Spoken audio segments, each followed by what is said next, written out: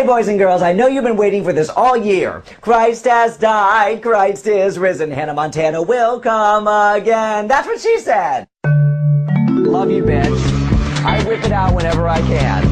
I don't know what that means. What the fuck? I'm a social. I had to have it. What the fuck? The movie opens with Miley Stewart, played by Miley Cyrus, late for her own concert as Hannah Montana. Confused yet? The movie crowd is so excited and loud, and many are in Hannah Montana wigs and not the cute ones like Miley gets now, the $2 kind you get at the grocery store. Father Bobby Ray Stewart is played by real-life father Billy Ray Cyrus, and he tells her it's you're not to do dishes. You can be a star, but you gotta do dishes. The opening song is the best of both worlds. The kids are singing, I'm singing, popcorn singing. We're having so much fun. I didn't realize that her double life was such top secret. I've only seen 4 episodes, so I just thought she was playing a little game of hide and go Hannah. Vanessa Williams plays her publicist Vita, doing a slightly less scary Wilhelmina Slater, though away from the kind, ugly Betty lighting. It's still pretty scary.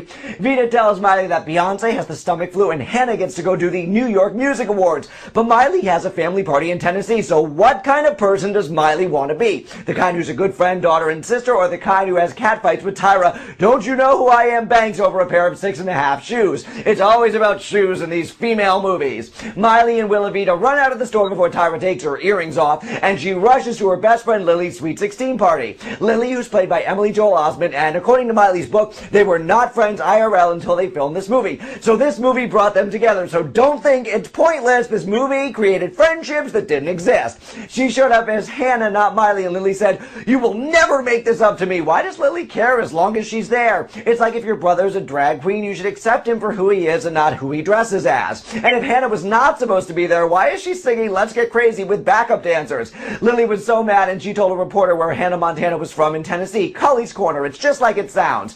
Meanwhile, Hannah versus Tyra is all over the news and a catalyst for the entire movie. To punish her, Daddy Ray Cyrus pulled over their private jet and did a switcheroo. Tennessee for Grandma's party, and it's a 2-week timeout for Hannah detox. Miley is not having it, and she goes and sits next to a horse who snatches that weave right off her head. And 2 babies in the theater start crying. Who brings a baby to a movie, says the grown man with a laptop in the 3rd row. Then Miley gets thrown off her horse, first Tyra, then this, and that's when she does her slow motion turnaround that's in the preview. I love that part.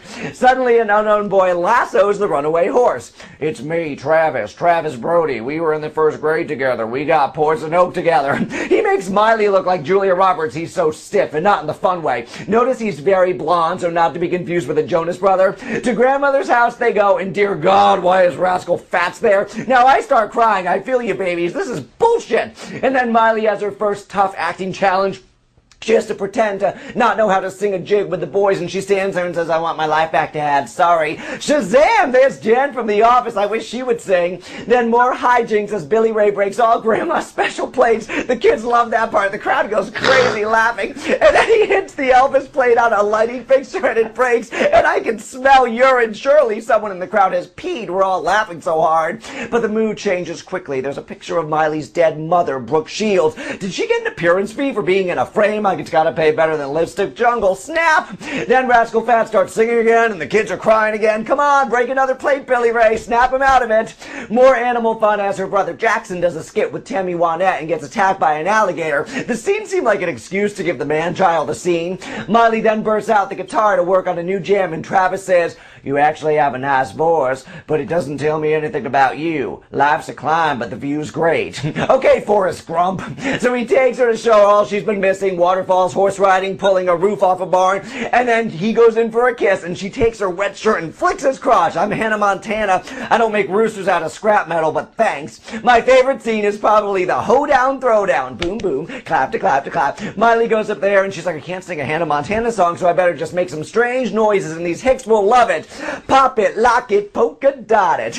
This hoe is a fundraiser to save their meadow from becoming a mall, and Travis yells, "Miley knows Hannah Montana. We can get her to perform and make lots of money." And there we go, big conflict. If she's Hannah and raises money, they could save the meadows. So her BF Lily arrives and pretends to be Hannah, and they get in a snapping fight, and blah blah blah. They forgive each other, and it quickly gets PG-13 with Jan from The Office rubbing Hannah Lily's feet because she only flies west to east. And then Billy Ray and Jan almost kiss, and Lily snored, and Jackson got a pumpkin on his head. It was like Billy Ray and the Plate all over again. Big laughs. Miley, not realizing she's way cuter without her tranny wig, tries to flirt with Travis's Hannah, and he says, I'm not into that fancy stuff. I still want to climb Miley. He finally asks Miley on a date for dinner, but it's the same night she needs to be at the mayor's dinner as Hannah. The movie really picks up and lots of running back and forth and changing clothes and lobster jokes, and Jackson gets attacked by a ferret, and who's that creepy dark-haired cousin Jackson's dating bestiality with? And there's a squirrel and a flaming Tennessee dessert. It's a disaster.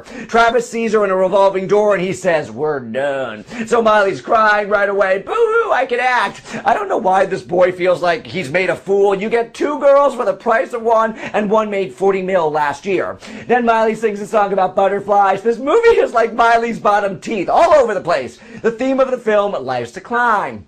Like painting a chicken coop, or doing a concert, or getting your dead mom's necklace from your grandmother who is proud, or falling in love with yourself. The big final scene, Miley goes on stage and sings and sobs, I can't do this anymore, I love being Hannah, but I can't do it anymore. And she rips off the wig. This is my home, I'm just being Miley. Question, if she's done singing, then why does that guy walk out and place a microphone in front of her? Because it's time to sing the number she's been working on the whole movie and her whole life. It's the climb. I turned around and all the kids were waving and swaying, and some were crying, some because of the movie, others for personal reasons. And the home crowd starts screaming at her, put the wig back on, you'll never have a normal life, we'll keep your secret. And the crowd chants, Hannah, Hannah, and the movie theater chants, Hannah, Hannah. And then she gets knocked up by a 20-year-old ferret and run over by an alligator. What the bach?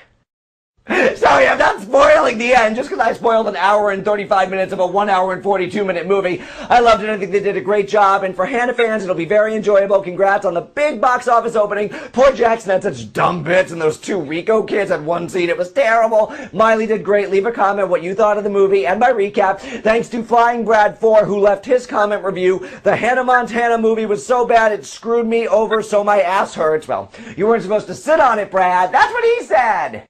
You can change your hair, you can change your clothes, but you'll always find the way home.